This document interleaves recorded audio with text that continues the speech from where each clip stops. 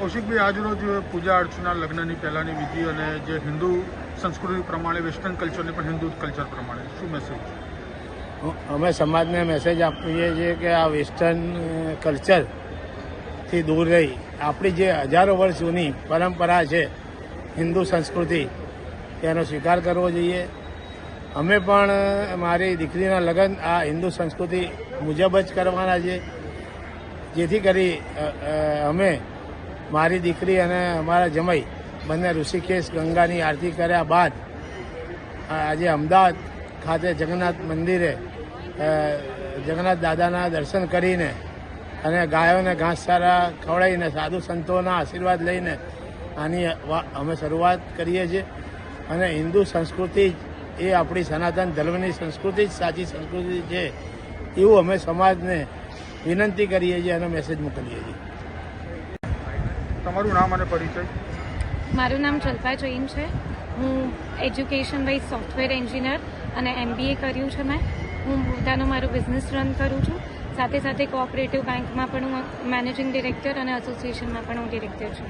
Western કલ્ચરની જગ્યાએ તમે હિન્દુ ધર્મના જે પરંપરાગત રીતે લગ્નની વિધિ હોય છે અને જે પ્રમાણે તમે હરિદ્વારમાં પણ પૂજા કરી, ઋષિકેશમાં પણ ગંગા સ્નાન કર્યું, કઈ રીતની આ વિધિને જોઈ રહ્યા છો અને શું ઉદ્દેશ્ય, શું હેતુ છે આ વિધિનો? અને આજે જગન્નાથ મંદિરે પણ તમે દર્શનાર્થે આવ્યો. હા, અમારી આખું આપણે એમ જોવા જઈએ તો ભારતીય સંસ્કૃતિ પ્રમાણે લગ્ન એટલે છે બે લોકો સાથે આવે એકબીજાના સારા માટે, એમના પરિવારના સારા માટે અને ઓવરઓલ સમાજનું કંઈક કલ્યાણ થાય એના સારા માટે.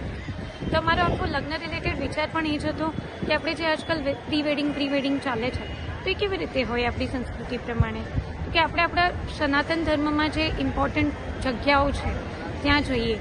તો અમારા માટે ઋષિકેશ હતું કે ભાઈ જ્યાં આટલું સનાતન ધર્મથી જે ગંગા છે એ વહી રહી છે, એમના અમે આરતી કરી, પૂજન કર્યું, આશીર્વાદ લીધા.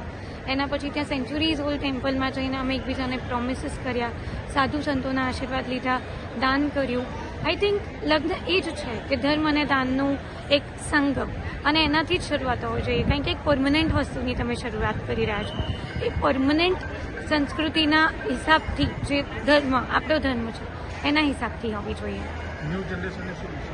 ન્યૂ જનરેશનને કદાચ એટલો જ મેસેજ છે કે આપણે જે બ્લાઇન્ડલી બધું ફોલો કરી રહ્યા છે ઇન્સ્ટાગ્રામમાં જોઈને કે પ્રી વેડિંગમાં તો આવા પોઝિસ હોવા જોઈએ અને આવું સરસ લાગે છે, એને બ્લાઇન્ડલી ફોલો કરવાના બદલે કંઈ જે આપણું ધર્મ છે એટલું ડેપ્થવાળો છે એને સમજીએ, એના રૂટ સમજીએ, એના હિસાબથી લગ્ન શું છે એ સમજીએ અને આપણે શું છે એ દુનિયાને દેખાડીએ.